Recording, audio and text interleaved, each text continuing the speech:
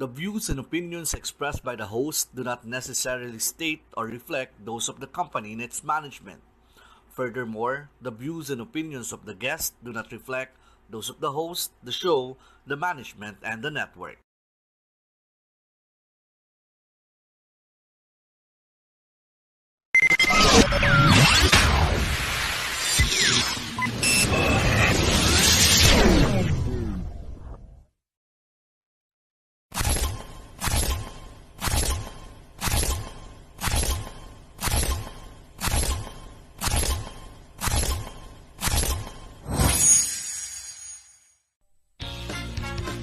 Hearts that listen, think, learn, and connect. Only here at PLC.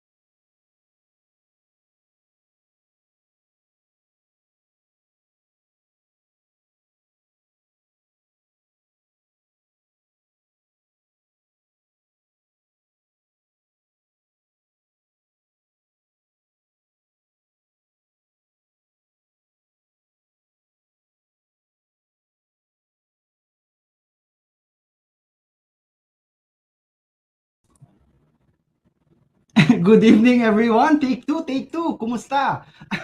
Welcome po to this edition of Hearts That Listen this Friday of August. Pasensya po, nakamute pala ako. Ito pa rin po si Kuya Roland. Of course, we are streaming live on Talk Live channel via Facebook. And ang program po natin ay syempre broadcasted siya sa DYWC Teleradio Channel 51, Phil Products Cable Channel sa Negros Oriental, at naririnig po tayo sa Dumaguete, Siquijor, Cebu at Bohol. Kumusta po? Kumusta sa mga viewers at listeners natin, no? Diyan sa Visayas. So sa lahat po ng mga taga-subaybay natin sa buong Pilipinas, I know this is streamed live via Facebook and we have viewers and listeners all over the globe. Magandang gabi po sa inyong lahat, or magandang umaga, magandang hapon wherever you are po sa buong mundo. And of course, hindi po natin pwedeng kalimutang batiin ang lahat ng mga kapatid at mga kaibigan natin dyan. Sinasabi ko na kanina na we are being broadcasted, no, sa DYWC. So dyan sa Visayas, lalo na sa ating station manager na si Father Ramonito Maata. Father, if you are listening or you're watching, maayong gabi po. So iniimbitahan ko kayo syempre to like and share our stream, as well as follow our page para po mas madami pa ang makakakita at makapakinig sa atin. At kung meron po kayong nais itanong or sabihin, no, mag-comment lamang po kayo at nang makapagkwentuhan po tayo ngayong gabi. You can address it to me or you can address it to our guest for tonight, no? But before we formally start, let us ask muna for blessings and guidance ngayong gabi para po we will start the night, you know, with a prayer. So samahan niyo po ako magdasal. Sa ngalan ng Ama, ng Anak, ng Espiritu Santo. Amen. Ama namin, maraming salamat po sa gabing ito na kami ay muling magkasama na naman po para sa Hearts That Listen Friday edition. I-bless niyo po ang bawat isa na abala sa kanilang mga gawain at yung iba naman po na nagpapahinga na matapos ang isang linggong pagtatrabaho. Naway patuloy niyo po kaming gabayan sa lahat ng aming mga plano. Ngayong gabi, hawakan niyo po ang aming mga puso at isipan upang maintindihan at maisapuso namin ang mga impormasyon na aming matatanggap at maibibigay. Naway mabigyan niyo kami ng mga puso na marunong makinig kahit na minsan ay napapaloob kami sa ingay ng mundo. gabayan niyo po ang aming bisita at pagpalain niyo po siya sa lahat ng kanyang mga ginagawa at gusto pang gawin sa kanyang buhay. Pagpalain niyo po ang lahat ng aming mga tagapakinig at tagapanood. Sana po makatulong sa bawat isa ang aming mga pag-uusapan at ito'y magbigay ng aral na magagamit namin para sa higit na ikabubuti ng marami. Amen. So, maraming salamat po sa pagsama, no, sa pagdadasal. And of course, I am very happy kasi po for this first edition ng Hearts That Listen, this August, I am already streaming, no. Nandito na po ako sa Davao. Nakabalik na po after more than 2 months of staying in Bohol, no. So natapos na din po yung pag-celebrate ng Sandugo Festival. It was a very successful event. Ang dami pong tao, ang dami pong mga nangyari, and syempre madami pong experience and madami pong mga bagay po, no, na nadagdag sa ating mga kaalaman. It is a bittersweet na experience kasi syempre when you are leaving something, no, or aalis ka, medyo may kalungkutan, pero at the same time you are happy because you are going to be home, di ba po? Aside from that, it is just interesting to note na kailan ba yung last natin na edition, no, ng Hearts That Listen when we talked about sustainable tourism. I would like to share this lang muna kasi yung guest natin si Sir Rick Campos, he actually discussed, no, yung isa sa mga bagay daw na nangyayari when we have a booming tourism sa isang lugar. Isa sa mga nasabi niya or naibahagi niya was yung when it comes to sa presyo ng mga bilihin, no. Ang example niya dati was yung sa Boracay na syempre nagmahal yung mga presyo, the products, the goods, the services became expensive, no, because of tourism, kasi madami ng mga turista pumupunta. And it is unfortunate na isa sa mga trending or isa sa mga naging trending na news because of that was yung Virgin Island ng Bohol. I know for a fact na some people would say na napakamahal, no. It was nagiging meme na nga siya, 'di ba, na if in Bohol you have like 20,000 or 26,100 na spending for that amount of food, experienced in Virgin Island, parang may mga nagsasabi na dito na lang sa Siargao or dito na lang sa Cebu or someplace else, no, na mas mura ang bilihin.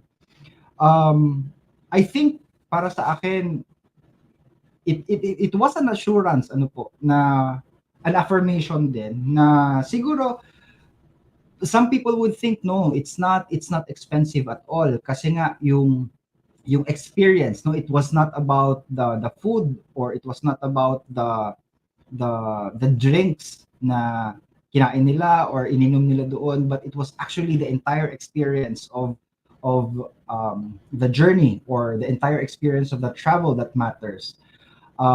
So ang iba naman nagsasabi na medyo may kamahalan talaga because naka-indicate nga doon sa resibo, no, na hindi parang masyadong mahal compared to other places yung presyo doon. But it is very nice to know na the provincial government of Bohol as well as yung municipal mayor ng Panglao is actually looking into the matter, and then that they are gonna be making some adjustments siguro, no, sa legislature para magkaroon ng standardization if that is possible or magkaroon ng regulation sa place nila.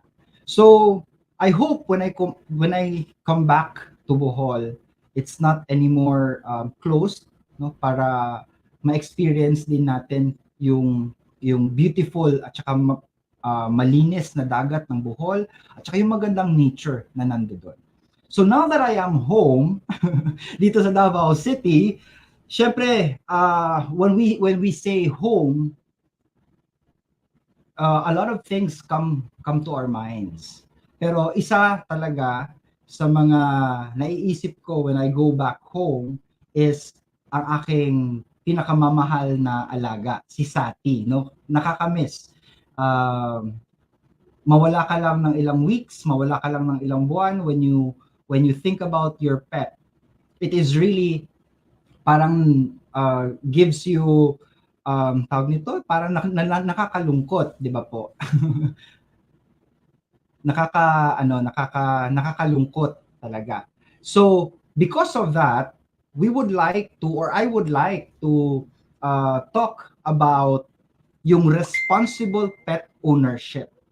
So, we have this responsible pet ownership na talk because, and I am very, very thankful pala no, na si yung guest natin ngayon, even for a short notice lang, she was able to um, agree or say yes to our invitation. No? So, without further ado, siguro let's proceed na no to introduce kung sino yung guest natin kasi I am very excited. Yung guest kasi natin ngayon is gano'n na ba tayo katagal? I think if I am not mistaken, nagkakilala kami ng panauhin natin ngayon or since 2013 pa, no? So she was one of my colleagues and one of my friends, no? Long time na naging kaibigan because of the the friendship no na nabuo because of working in the call center. So she is a native Davaoeña and an active advocate for responsible pet ownership. So she strives to educate people on the proper ways to care for our furry loved ones. She has worked for a local animal shelter as an adoptions coordinator to assure both owners and pets are an ideal match. She often follows up with them weeks after on her own time. She cares for 3 cats and 3 dogs and provides them with a happy, healthy environment. So, in a way, she is an expert when it comes to responsible pet ownership, and I am very excited to learn more. So please help me welcome Miss Loen Kizzy. Hi everyone. Good Hello, evening. Loen. Kumusta? Nice to see you. Yeah. After like 2 years, hindi tayo nagkita, so I'm glad you're finally back, and I hope to see you soon. So Yes. yeah, and We shall. thank you for inviting me to your program, and it's an honor to share my experience and to share my knowledge to every one of your followers. So thank you so much. Yes. And this is my dog, Fluffy. She's very clingy, so she's always beside me, basically. So sorry, a little bit of disclaimer, like if she barks, I'm really sorry in advance. So It's fine. It's fine. So yeah, Loen, we are really excited no to learn more about to know your story when it comes to pagiging fur parent. No, so pet ownership. Um, yeah, so how did you start? Parang ganon. Parang how was it? Were you a parang appreciative na talaga of animals since you were a kid? oh wow, I don't know when exactly, of course, but I really started very young. Maybe let's say grade school, maybe kindergarten. I'm really not sure, but it's because I'm influenced by both of my parents. Kasi my mom though is just for cats. She loves cats. My dad naman dogs lang. So magkaiba silang dalawa, but basically it boils down to ako, both yung gusto ko naman, like cats and dogs. And paano ba? I just remember my dad would sometimes na ano siya sa akin kasi I always pick up strays sa daan, and then I bring it home, I feed them, and then they stay. Like, and then they live with us, and then, like, once you feed a cat, for example, they would always come back to your house. Parang ganun. And with dogs, then the same. With dogs naman, like, Philippines is known for the strays, right? That we have, like Aspens, ganun. So after school, dumadaan ako sa mga, kung alam kong may stray doon. I try to feed them as much as I could. So parang yung baon ko napupunta sa mga strays. And my mom would always wonder what happened. Na bakit nasaan yung baon mo? How come you're always hungry going home? So parang ganun. Doon nag-start. Mga grade school siguro. And then hanggang sa high school, dala-dala ko pa rin talaga siya. I always make it a point na may mabibigay ako somehow, even if small or just kahit water man lang ganun. So that's how it started, and then I rescued na kasi matanda ako, and I could shelter some pets on my own without asking permission from anyone, because my mom is nasa abroad na, and then my dad is in the province. So parang okay, I have the authorization to bring home whatever pet I want. So doon nag-umpisa yung talagang I rescue, I rehab cats, both cats and dogs, but mostly dogs. Because, di ba, sabi nila, cats choose you. You don't choose the cat choose you. So, ganun yung nangyayari. Mostly dogs yung na-adopt ko or na-rescue ko. And, so, ayun, dumami sila ng dumami. Until nag-college ako, syempre, they would stay with you, and then, due to old age, they would die, and then you would rescue another pet, and then, ayun. Ngayon naman, we have a total of 14 dogs and 3 cats. Yeah, 14 dogs. So, na yun, like, what we've accumulated over the years, basically. So, yeah, that's how I started, and that's how it started and how it's going right now. So, I ended up with 14 dogs and 3 cats. So, yun ako nag-umpisa. It never Usually, stopped. when you rescue, let's say, a dog, is it a full-grown dog or yung mga puppies pa sila? It depends eh. Siguro I only rescued mostly puppies kasi yun yung napapabayaan. They can't fend for themselves. So I usually pick up puppies. And then I don't want to be a hypocrite. It was a process for me too. I wasn't like super responsable before because I was young and I didn't have the budget. Wala akong pera to like provide them with vaccines, with vet checkup. So aminado ako na it was really not a process.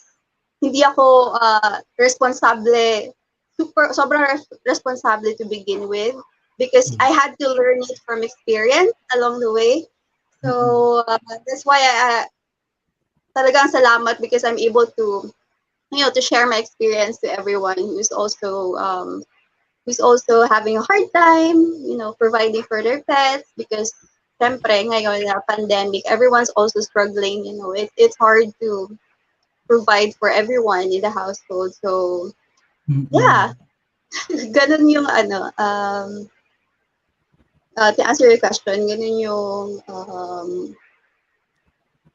napagdaanan ko. Mostly puppies. Siguro I just had like 2 adult dogs na na-rescue and 1 adult cat. And that's it. Mostly are kittens and mostly are puppies. So, like, usual kasi na nangyayari, if you are a kid, and then, di ba, like, mom, I want a dog, or dad, I want a cat. It's usually the kids who ask their parents na gusto nilang mag-alaga. And then the parent would say, no, you're not old enough to take care of another life. Kasi, di ba, yun yung you have to be responsible for a pet, but you have to consider that it is alive, 'di ba? So how did it happen na nagkaroon ka ng like, how old were you, by the way, when you had like a lot of dogs or cats na rescue? Say, this ano ha, huge number of pets siguro, let's say 5 years ago. For 5 years now, I had this huge bunch of pets, a set of Mm. pets, the cats and dogs. So ayun, 5 years ago, and then I don't know. I think I know how to limit myself, especially na Mm. uh, mahal basically yung bilihin ngayon, and I know when to stop because I Mm. know hindi ko na kaya, but I still do feed them, the strays I mean, na sa hangga't kaya ko, since I could not adopt them because I for myself I know na may limitations ako. Ginagawa ko na lang is I provide them with fresh water, kung kaya, I provide them with food, kung may dalaaw. Ang ginagawa kasi namin is nagbabaon kami always uh, ng dog food or cat food sa bags namin. So if we see one, then that's the food of the pet for the day. Or sorry, that's the food of the stray for that day. And that's a blessing na for them. Mm. Uh, so ganon. That's been my life for like forever. Correct. Yes. Always been like Oo, napakaayos ano, because for example sa sa restaurants, no, outside the restaurants marami tayong nakikitang dogs, and then waiters or guardia would usually shoo them away, 'di ba, because of course aside from unsanitary para sa restaurants, parang may ano din, may kaakibat din kasi na parang danger, no, kasi baka mga gat. Weren't you afraid na like, the dog can be vicious towards you? okay, here's the thing. I've been bitten by a dog when I was Mm. young, and the dog was confirmed na may rabies. It Mm. was a infected dog. So I was rushed to the hospital. So many maraming anti-rabies na vaccines and the tetanus toxoid ganun. It was crazy. So I had that experience na, and I've learned my lesson. It was a it was I was siguro mga 10-year-old or 12. Ganun ka bata. Mm. And Mm. I was not even like, hindi ako lumapit sa dog. Siya yung lumapit sa akin and bit me sa leg. So, ayun, I experienced that. And now, hanggat kaya ko, I inform people na you have to have your pets vaccinated with anti-rabies. Kasi libre naman siya sa city vet actually. All you have Mm. to do is magdala ka ng injection, and then you go to their sa Toril kasi meron silang district office, and they have the ones in Llanes, and it's very easy. You just have to line up. Minsan nga walang tao, and you get your dog vaccinated or your cat vaccinated for free na anti-rabies. And hindi siya ganun kahirap. You just have to be there. You just have to be responsible enough to do it. Kasi yung iba, pag nakakagat yung aso nila, hindi ko aso yan. Parang, that's not my dog. Anyway, parang tiyatakwil na nila once nagka-problema. Ganun yung problema kasi um, sa responsible pet ownership. Davao before is not really, I mean, some people are very aware of how it works. But ngayon kasi, it's getting there na ba?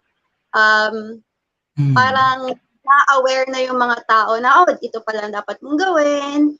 Ito pala, wag mo iiwan yung pet mo. If you're a responsible owner, don't leave your pet unattended, especially sa public. Even if Mm. sasabihin na, yung aso ko hindi naman nangangagat. Okay naman, mabait naman. The problem is some dogs would be vicious to your dog. And that's a problem. Or dogs will always be dogs. If they get triggered, talagang magiging aggressive siya. So, and some other people are wala tayong magagawa. Some people aren't really into pets. They're not comfortable. So you also have to respect that. You can't say na parang, mabait na may aso ko, okay lang hindi nakatali, okay lang na ganito. So, and you have to really secure your dog no matter what. Yeah. That's for you and for the people around you and for the other pets around you. Also, the dog pooping everywhere. You know, you pick up Yes. you pick up the you pick up your dog's mess. You don't leave that sa basura ng ibang tao, ganun. So, because unsanitary nga siya, di ba? And for ano naman, syempre, di ba, some people are not really into dogs or into cats. If you're like that, then just don't hurt them, you know. Wag mo issue away, just let them, just avoid them if you want.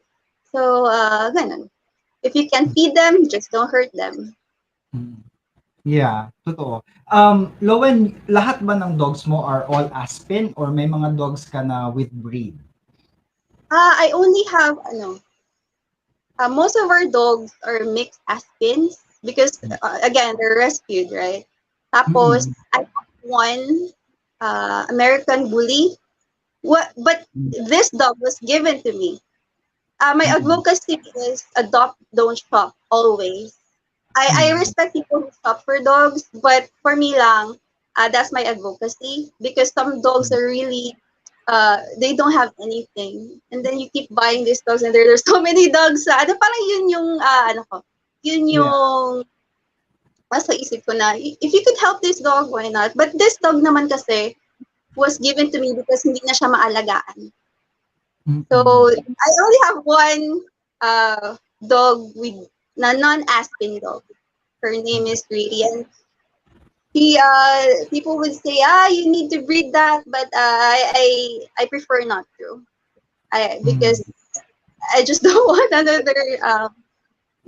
I just don't want to add up to the number of neglected dogs or Mm. stray dogs in the future. So, Mm. Why is there parang like an advocacy for ligation or yung kapon for dogs or okay, even yeah. So, ngayon lang din na-aware ang mga tao about it. Like, the West, they already know that. But dito sa Mm. Pilipinas, na-aware. Kasi nga, people, some vets are giving out free castrations, free spay. So, it's very, very important, especially now, kasi if kahit maglakad ka lang sa kalye, you would see cats, stray cats everywhere, stray dogs Mm. everywhere. So, kasi nakakadagdag siya eh. Especially with cats, mabilis yung heat cycle ng cats. Sobrang Mm. bilis. After they give birth, they you know, they would do another cycle of their heat. Tapos, dadagdag na naman sa Mm. population. And very important din siya since you mentioned about rabies a while ago. Kasi nga, nakakalat sila. We don't know where they've been. So, since stray nga sila, may tendency din na makakalat sa pet mo. Even if your pet mo is inside, if your pet is not vaccinated, then there's a tendency na makaka-virus yung pet mo. And you'll be affected by it in the future. So, it's very important na magkapon and magligate ng dogs and cats because we don't have a shortage of aspins and stray cats, puspins in the streets. We need to stop it because it's since may iba kasi mga irresponsible owners that they just let them go outside, just do their thing. I don't care what happens to them. I don't care ilang anak na sila. And then, it's a cycle and you have to stop it. And again, the spread of not just rabies ha, may iba pang virus na nasa-spread from from cats, from dogs. So it's very important to protect the ano din. And it's a community responsibility basically. Kasi pag sobrang dami na, talaga it would turn into like parang nagiging pest na sila for other people because nangunguha ng ng pagkain because they're very hungry. You can't really you can't stop that because they're hungry. They need to feed themselves. I mean, they need to find ways to eat. Mm-mm. So, yun lang. It's a good thing that people are becoming aware of it right now, and some vets are giving the operations na libre na, you know. Mm. And I would take this opportunity na to thank all the vets who've done that for us pet owners because naka-avail din ako sa kanya. And it's easy to avail. You just have to be patient. Mm. And at least libre, di ba? So you don't have any reason anymore uh, to not castrate or not spay your pets, especially when it's libre na. Yeah, of course. Pero like don't they do that sa ano, sa pound, sa mga Oh, pound? no. Again, people would say na parang, hindi ko na kayang maalagaan yung aso ko. I Mm. want the dog pound to just get them. And it's Mm. so wrong. Some konti lang yung dog pounds na would do uh, uh, capture, rehab, and rehome. Oh. Most of the dog pounds here in our country, they would kill the dog or the cat in 3 days. So please do not surrender your dogs to the dog pound thinking that it would take care of the dogs for you because that's not the case. Um, you just don't surrender your pets. Ngayon naman nag-work yung like you post for adoption. You know, some people would really do that. You just have to wait and be patient and just keep on posting because my experience as an adoption coordinator in a local animal shelter, I could see people very interested talaga in adopting because again, they're being aware now na ganito pala nangyayari sa streets. May mga who's been asking who needs your love, who needs your shelter. You know, so alam ko marami interesado. It's just that uh, siguro you need to match it up like your lifestyle. Are you active? Mm. Or are you senior ka na ba na you just stay in your home the whole day? Because depende rin sa lifestyle mo yung kukunin mong pet, Mm. di ba? So, if you're an active person, syempre, you get an active pet, a younger pet. If you're not, if you're at home lang, you're just, chill ka lang every day, you get a senior pet Mm. para match kayo. Para it won't stress you out, kumbaga, in the future. So, Mm. ganon. And Minsan din kasi parang Loen, parang ang hirap for some people kasi they just don't have the space. One, they don't have the space for them. They don't have the space anymore for pets like cats or dogs.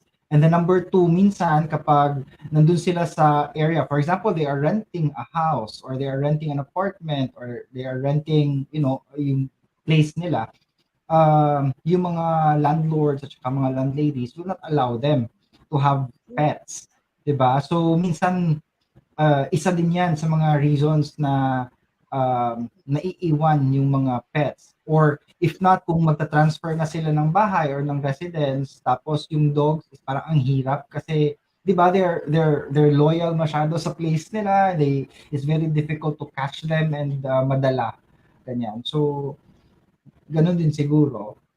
yeah, maraming sitwasyon na ganyan. I could see sa Facebook post na gano'n na, hindi ko madadala yung dog ko kasi ganito, allergic yung baby ko kasi kakapanganak ko lang. So, whatever the reason is.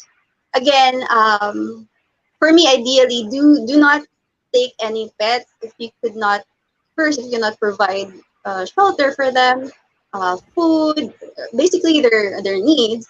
And then if it doesn't match your lifestyle, as I said a while ago, wag ka na lang kukuha. If you can't really take care of them, like me, I don't wanna take. I don't wanna take any more rescue pets as of now, for now. And then, kung ganun yung sitwasyon mo, just feed them. Just find a way to feed them and not really, you know. Kasi ma-attach yung pet sa'yo, as what you said, Yes. ma-attach. Mm. Iwan mo. If ganun naman, if maliit yung space mo, you could, ideally gusto ko talaga na free range lang. That's very ideal for, especially for dog and also cats, because they that's their life eh. They run around, they play, because if they don't, they would really destruct whatever is inside your house, di ba? Sisirain. Kaya some pet owners would wonder, bakit sinisira ng dog ko ito? Bakit ganun? And if you ask them, do you give them time to exercise? And then sabi nila, hindi. Ganun pala yun. So you have to really let their energy out para wala silang masira sa ano. But kung hindi maiwasan na hindi kaya mag-free range because of this place, you could put them in cages, but make sure na yung cage nila is proportion naman dun sa size nila, di Fun. ba? And also the ventilation, hindi maarawan, hindi maulanan. And if hindi talaga, since hindi, minsan mahal yung cage, di ba? Especially if you have a large dog, kung hindi maiwasan, and then leash na lang, but make sure naman yung leash mo is, long enough for them to roam around, ganun, and for them to shelter kung naarawan sila or whatsoever. Ganun, there's always, may paraan kung gusto mo. If the case is, kailangan ko na talagang iwan, wala na akong ibang choice, then have them adopted. If you think you're leaving, and if you think na parang there's no way, as much as possible, dalhin mo naman. Kasi masakit din sa dog yan, even if you say na parang, ay, aso lang yan, they don't feel anything. They get really depressed. It's true that they get really depressed because they're very attached to you na eh. But if ganun naman yung sitwasyon mo, you have them adopted na lang, di ba? Siguro months before you leave, or if ayaw talaga ng landlady or ng landlord mo, you could always have your friend foster it for a while and then have it adopted, or kung makakita ka na ng space na you could bring your dog, then, there's always a way. You don't need to surrender them. You don't need to, leave them to the streets. There's always a way. People would really adopt it if you're just being kung may patience ka lang to always post and look for adopters. It's very possible. Yeah, I can relate because yung pet ko nga, no, si Sati, of course, si Baby Love Love na Sati, is merong anxiety, no? Separation anxiety na. So every time that I leave, umiiyak. I know it's not good. I know it's not supposed to happen kasi you have to train them somehow na to be independent, no? So even if yung pet ko is not naman leashed all the time, pag nasa bahay, she's free to roam around. But yun na nga, gusto niya parating kang kasama, gusto niya na nandiyan lang siya parati sa'yo, and she's getting older now.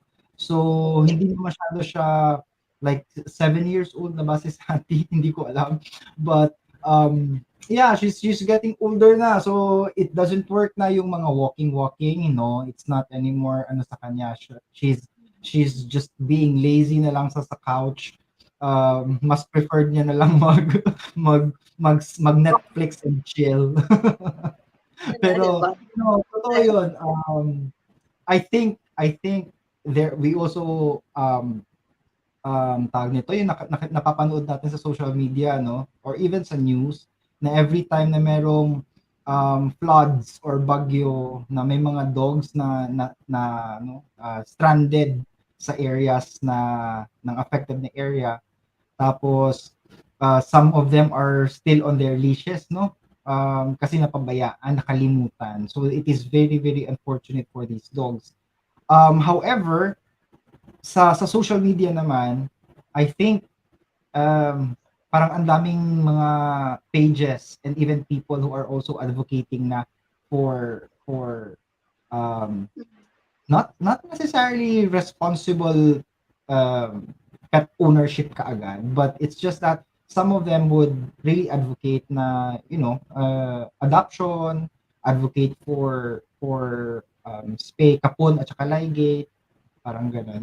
So it's really nice, 'di ba, na at least meron ng maraming options. Tama yung sinabi mo, maraming options kasi social media is very active now when it comes to parang sa welfare ng mga animals. And also, it is a law, 'di ba? May batas tayo na we're not supposed to harm animals regardless kung aso 'yan or pusa 'yan or what not. Um Recently meron kami sa sa Sandugo Festival, we had this Petstival, Oh, parang oo, parang it's a showcase of mga pets, no, of different breeds. May mga small size, medium, at saka mga large sizes. Ang mahal pala, Loen. I just realized na ang mahal-mahal ng mga pets, that even like the cheapest sa dogs na sumali sa amin was around 200,000. Tapos the most expensive was about 1.2 or 1.8 or something. Basta million na siya. How is that possible? Do kasi you have naman, I mean, I could not speak for the breeders because I don't breed myself. But logically, kasi breeding is, you maintain the bloodline of a certain breed para hindi siya ma-extinct, you know. It's mm, like corgis were almost extinct until, I mean, the queen was, you know, uh, okay. bred them, and Mm-mm. and that's the reason why people are breeding before. But now kasi it's becoming a commodity or merchandise for some. So yung some, I respect ethical breeders. I mean, I don't wanna, like, I just want to put it out there. I respect breeders if it's ethical. But some kasi are really puppy mills na, like every Wow. meal, like, okay, get off. I want to breed this because I want to earn, I want to get it. Tapos Mm-mm. napabayaan naman yung mommy dog, napabayaan Mm-mm. yung parents. So, yun yung ayaw ko lang na side of it, na Mm-mm. they're neglecting the breeding, the the the parents of their puppies. So, wag naman sana ganun. Mm-mm. It's okay to breed if it's ethically done. So, but Mm-mm. ako, I mean, I choose to adopt, especially aspens, because hindi kasi napapansin before. No one would want to adopt an aspen 10 years ago. I mean, it it's not popular because they think na parang, nasa kalye lang naman yan. But now, example, Heart Evangelista has aspens, right? Mm-mm. So, siguro yun din, the celebrities who had the same advocacy, like adopt don't shop, just adopt aspens, ganun, also contributed dun sa pagiging aware ng mga tao Mm-mm. of the adoption, being aware of how responsible pet ownership is. So, yeah, again, social media played a big part of it too. Kasi, like, the dissemination of the information using so many platforms has made people aware. So, kaya nga, Mm-mm. don't lose hope. Someone would really adopt that if you would just post it, may mararating at mararating yan. And then just don't surrender it. So dog hunters, just give it to your dog, please. Oo. Kasi Please. 'di ba, like some pet owners din kasi they would like to have aspens, for example, kasi ginagawang guard dog, bantay. Because 'di ba, like sa Filipino, anong pangalan ng aso sa libro, 'di ba? Ang pangalan is bantay because naka-ingrain na siguro sa psyche natin na it's always just like that. If it is a dog, guard dog siya. Nasa labas siya ng bahay, nakakadena, tapos siya yung tumatahol if ever na may magnanakaw. Parang ganun yung nasa psyche. But like it's nice to know na like little by little, gaya nga na sinabi mo, people are really realizing na dogs are part of the family. Kaya nga, sa akin din may question ako. Ang title natin pala is Responsible Pet Ownership. Parang, okay, your own dog, your own parang sa akin din kasi is parang I don't own my dog. I parang kumbaga para sa akin I'm just a steward kumbaga. Like tagabantay. Ako actually ang bantay nila. Hindi sila yung bantay ko kasi I take care of them, no. But ang benefits naman kasi ng pagbabantay ng mga dogs or pagbabantay ng mga pets. I mean, if you're a cat lover, then by all means, if you are if you love mga birds or mga crustacea, ay mga ang tawag nito yung mga turtles and mga reptiles yun. Crustaceans no, under the sea. If you are a pet lover na ganun yung gusto mo, then the satisfaction and the discipline na you get from having a dog is actually very ano ba, parang beneficial sa buhay mo kasi one, you get to be very patient, 'di ba? I mean, mahirap. It's not easy to take care of a dog or a pet especially if magkasakit na, 'di ba? Or it's not easy um pag nagugutom sila because they don't know how to speak, no, parang baby din. 'Di ba? Yeah. Tapos yung baby mo probably mga 2 years old marunong na yan magsabi na gutom ako, I want to eat. Pero yung pets, no, they will never speak. So you will never really know kung ano yung nararamdaman nila, if they are in pain, if they are hungry, if they are thirsty. So may kaakibat doon sa pag-aalaga ng hayop, yung relationship mo talaga sa kanya because you get to know parang certain mannerisms ng dogs mo kasi sila, di ba, may mga, I mean, yung cats mo din, kasi may mga personalities din sila. So, it's really not just about having them for the sake of having them. But instead, parang if you finally decide to have a pet of your own, parang consider the animal as really part of your household or yung part ng family because yun na nga, you will discover a lot. Yung discovering ng mga quirks ng mga pets natin, yung mga pinagagawa nilang kung ano-ano, mga kabalbalan minsan, nakakatawa, nakakainit ng ulo minsan, but then again, you cannot afford to, let go of them. And yun, parang siguro kung meron mang mga tama ba, mga pet lovers or mga per parents na really decides to let go of their pets, parang siguro pinaka last na talagang pinag-isipan, no? They were able to think about it like a million times muna before they finally decide to do it, 'di ba? Pero I have parang a question, Loen. You mentioned na you work as an adoptions coordinator. What exactly does that mean? Okay, so this is an animal shelter, locally dito lang sa Davao, but then they're known worldwide. So basically, they rescue from this. Mm-mm. They've been around for like let's say 10 years, ganun. They rescue from the streets, especially those dogs na really dying. Mm. Yung balat na, and then they rescue, they invest, they rehab the dog, and then my role is that's their part. And then my role naman is ako yung naghanap ng adopters for the Mm. dogs, cats. So they have everything, ha. They have dogs, they have cats, they have rats, they have cows, they have goats. So ganun, kasi it was founded by it's Happy Wait lang. Animals Club. That's the name of the shelter. It's Wait founded by lang.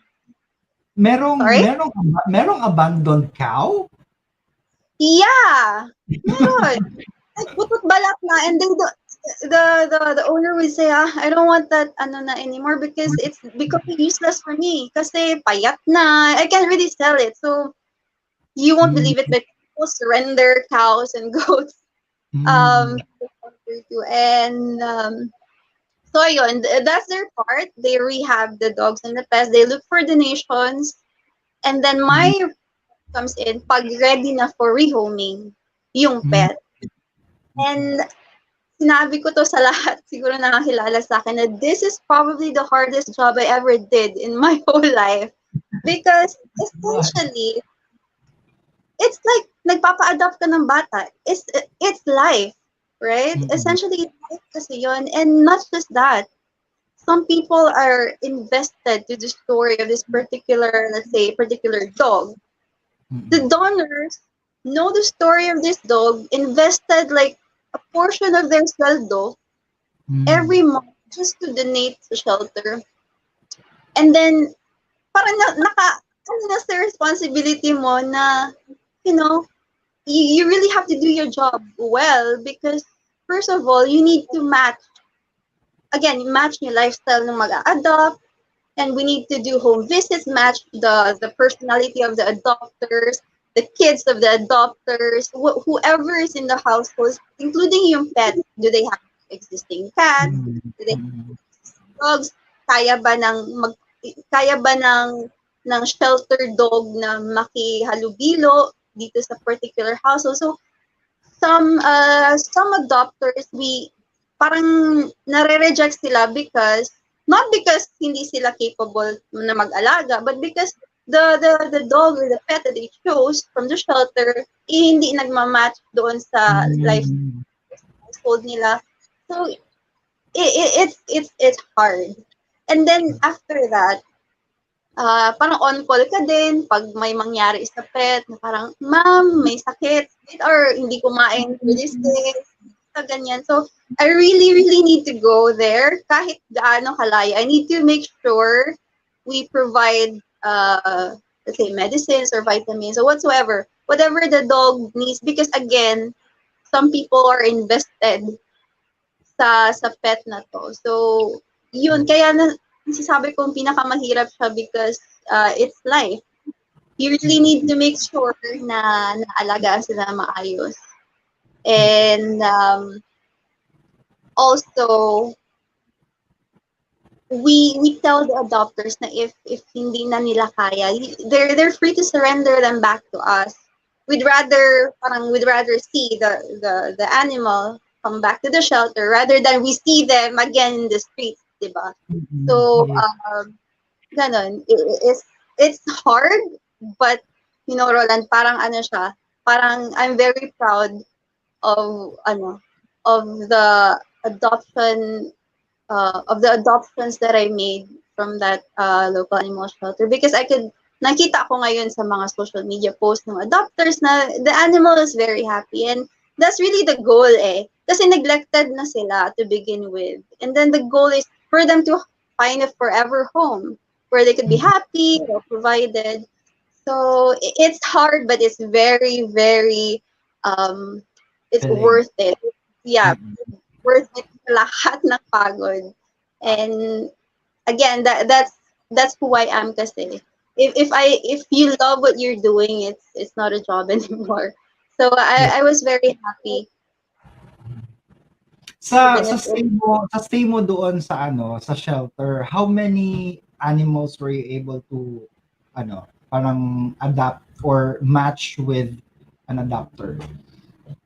I don't remember the exact number but maybe 25, 30 ganun. Wow.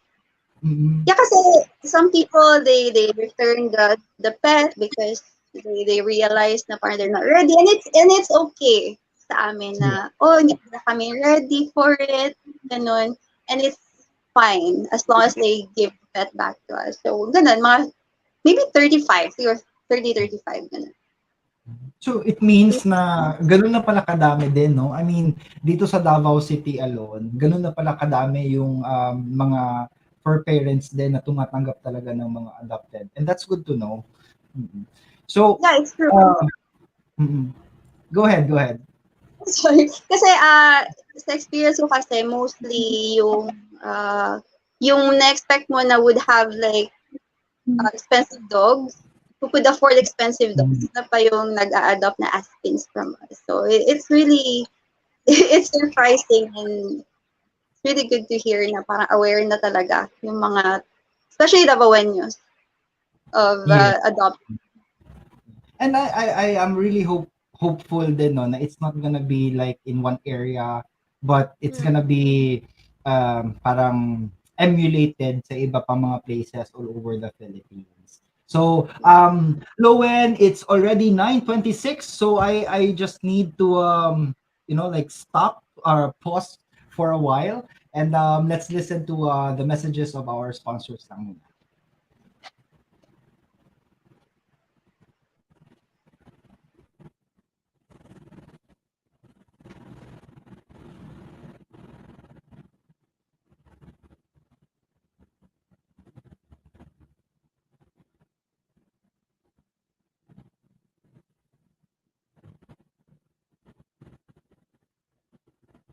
Medyo madami din nagko-comment sa atin, Loen. So, when we get back, we are gonna address this muna. Yes, sabi ni Ma'am Loretta Juarez, good evening, Roland and guests. Siyempre, si Ma'am Loretta is always there no to listen and support us all the way. Sabi ni Gary Gray, tell us your story, Loen. So yes, Gary, tapos na niyang nakwento yung story niya. Sabi ni Sylvia G. Reganit. Oh, that's my mom. Stage mom. Sabi niya, stage mom here. And then, of course, Alin Lyle, Amo Mongoroban, watching from Qatar. Oh, wow. Yes. Si Kesa Lola. What does that mean? Sorry, di ba, Kizzy ako and they make fun of me. Sige. Thank you, Ate Marilyn Urbano, for watching. Sabi ni Ma'am Lori Juarez. Remember daw, sinundo mo ng taxi yung dog sa dog pound. You have to tell us about that. For a very short, Right now or yeah, right now. kasi 'di ba I mentioned I did not start as a very responsible owner. I had one of my caught by the dog pound because nakalabas sa gate and I really I cried because I needed like let's say 300 pesos that time and plus pamasahe pa ng taxi. So I really had to find a way magka-funds and then sinundo ko yung aso even if like mabaho yung yun kasi yung problema nagiging unsanitary minsan unsanitary kasi naditikit sila sa ibang aso. So even if nagrereklamo na yung taxi driver, I just gave him a tip and I said sorry and nilinisan pa namin yung cab niya just to yun yung story ng dog pound. Okay. Sige. So may payment para no. So anyway, we will just talk about siguro kasi sabi ni Ma'am Lorio, Sir Roland Kizzy could have a series of talk with us in HTL about her advocacy. Are you up for that, Kizzy? I mean, Loen. Hi, Ma'am Laura. Diba? Sabi, love you na, Papa. Gabriel Amo. So, all out support. Sabi ni Miss Angel Salvatore, mas mahal mag-alaga ng dog kesa sa baby for me. Totoo yun? For yung syempre yung education. But yeah, that's true. Yeah. Ann A. Moreto, watching from Qatar. Thank you so much po sa panonood. Dito yung buong pamilya ko. Hello! I miss you. Oh, sabi naman ni Ma'am Lore, congratulations Mr. and Mrs. Amo for having such a beautiful and compassionate daughter. Wow. Naman, kaibigan ko yan. So, yun na siguro, Miss Angel, do we have like videos? Baka pwede tayo mag-cut muna.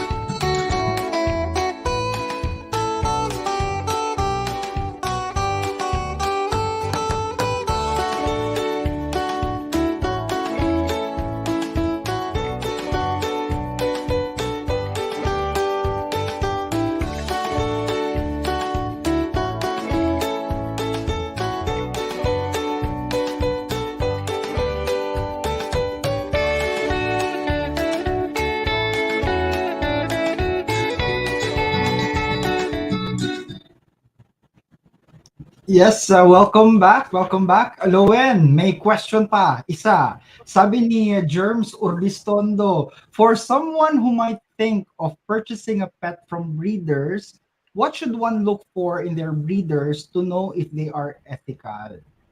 Oh, okay. So, some people do kennel visits. So before you buy from the breeder, you go to their place, check the situation ng parent dog and the puppies, other puppies in the litter, and also you need them to secure a health card. Now they're Mm, being dewormed, they're being vaccinated, especially rabies. That's one.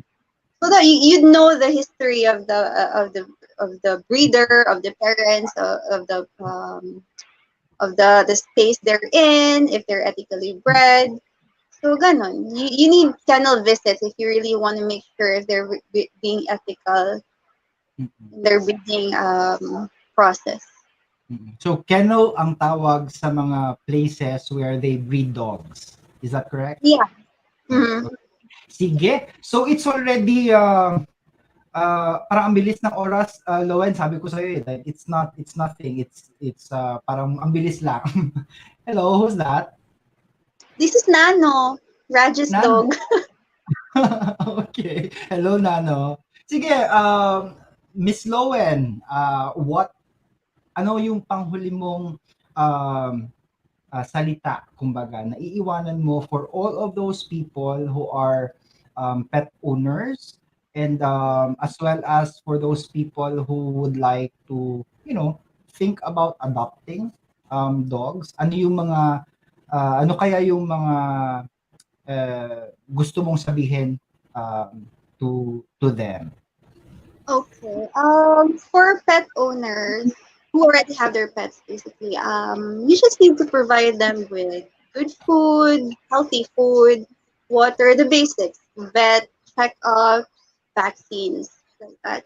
And you also have to think of when you're outside, you think of other people too. You think of other pets to pick up your dog's poo, and then you make sure they're secured, ganon. And for others naman who are thinking of getting pets, you really have to think 1,000 times before you do it because it's a huge responsibility. Kasi it's life. And there's a joke na parang kukuha ka ng aso para may magbabantay ng bahay mo. But you can't really go out because wala magbabantay ng aso mo. So it's Yeah. so much like that. And not to mention yung food, mas mahal pa yung food nila. So you really have to think so many times before you do it. And you assess kung kaya mo to provide for them. And what else? You need to also have a safe space for them. Hindi lang yung may pera ka and Yeah. you can buy dog food, but then your space is not safe. You also need to consider that. And also, again, if you really need to put it in a cage, sana proportion, and then yung tali nila, if you don't really have other choice, you just need to be make sure they're okay. They Mm-mm. could hindi sila naulanan whatsoever. And then for ano naman, like I mentioned, never surrender your dog to the dog pound. You just find a way for them to be adopted since there's so many platforms now for you to do it.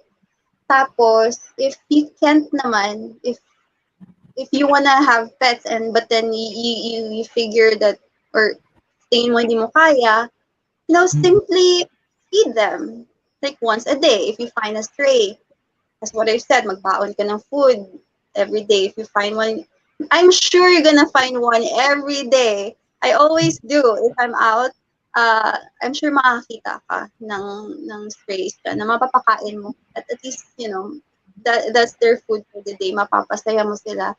And you'll be blessed. I tell you that you'll be blessed if you do that. And then, what else? For ano naman, again, 'di ba, hindi naman lahat ng tao are into pets. So if ganun ka, then just ignore them. Just don't hurt them in any way. Just Tapos do naman, respect. yeah, just ignore them. They're fine. They'll be happy. Huwag mo lang sila saktan. And then, what else? I also encourage the LGU to, to sana mag-transition na tayo from like a kill shelter, sorry for the term, but to a rehab and adopt type of uh, city town. Sana we could also do that because I think the small municipalities are already doing it because they're small. They micro ano lang sila. Mm-mm. Uh, na they could do it. Sana sa Davao ganun din. I mean, I'm very hopeful na we could do it. And yeah, more information dissemination like this, sana. So Mm-mm. people are aware of what's going. I mean, there's so many rescuers na, especially here in Davao and also sa Manila and Visayas, that are always active in social media and always active in rescuing. If you're interested, you could follow them. And then if you can, sana you could help them by giving donations, like Mm-mm. dog food or even Gcash. I mean, whoa, 20 pesos would do them like that's Mm-mm. half a kilo of dog food na siguro, I think. Or no, 1/4 kilo. But anyway, that still help, right? Kahit Yeah, yung it is. 20 pesos, it will come a long way kung maraming nagdo-donate. So yun lang. If you could, sana you could help local shelters too. And yeah, just continue to be responsible pet owners to your pets because it is a hard um is mamahirap siya because para kang may anak. But it's very worth it because lahat ng stress mo natatanggal kahit gaano kamahal yung gasto. But it's Yeah. worth it. Yeah. So sana din, no, I mean, for example, yung mga schools, they would also allow yung mga visits sa pound so that yung mga students nila can also, I don't know, probably volunteer on a weekly basis, no, para makatulong. Because I think ang problema naman ng pound, it's not that they would like to kill the animals, it's just that they cannot accommodate anymore yung ano, kasi kung meron lang pagkain, meron lang magpapakain, meron lang water, meron lang funds talaga siguro sa mga pound natin, I don't think na there is a need for them to kill. 'Di ba? I mean, gaya nga na sinabi mo, if you can have ligation or yung pagkapon, then sa pound pa lang they can already do that, 'di ba? The veterinarians can actually have a medical mission for dogs or something like that.